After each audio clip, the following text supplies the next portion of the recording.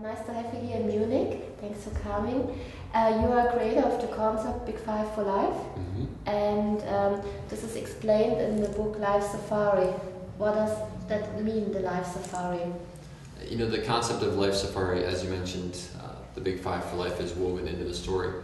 The idea of Life Safari is that we are in the midst of our own personal adventure.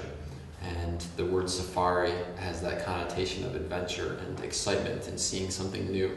And sometimes we forget that in our life, but really we have this opportunity to create that kind of excitement and adventure in our own lives as well.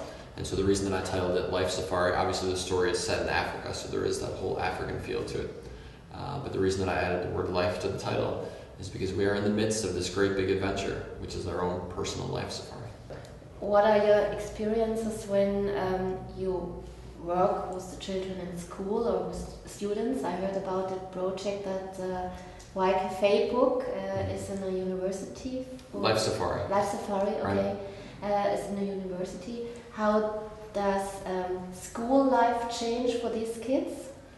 Yeah, it's a big thing. So it's a university down in Florida, and so all 2,100 incoming freshmen will read Life Safari during the summer before they begin their college experience.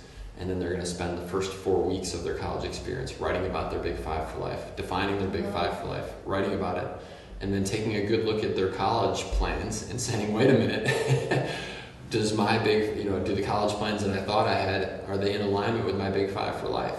And this is really significant because 50% of people will change their major at least once while they're in college. Within 2 years of getting out of college, 50% of the people will be working in an industry that has nothing to do with their degree program. And so what that tells you is the traditional path for most people doesn't really work. They don't find a degree that they're really passionate about. They tend to default into something that someone says, well, there's a lot of jobs in that industry. And then 2 years into that, they realize they're unhappy and they switch to something else.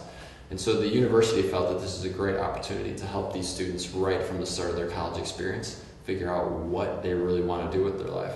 So it's a win-win all the way around. This is great for the university because students who are dissatisfied drop out. Well, that doesn't help the university at all. No. Right? It's bad PR. They lose money because they're not getting tuition.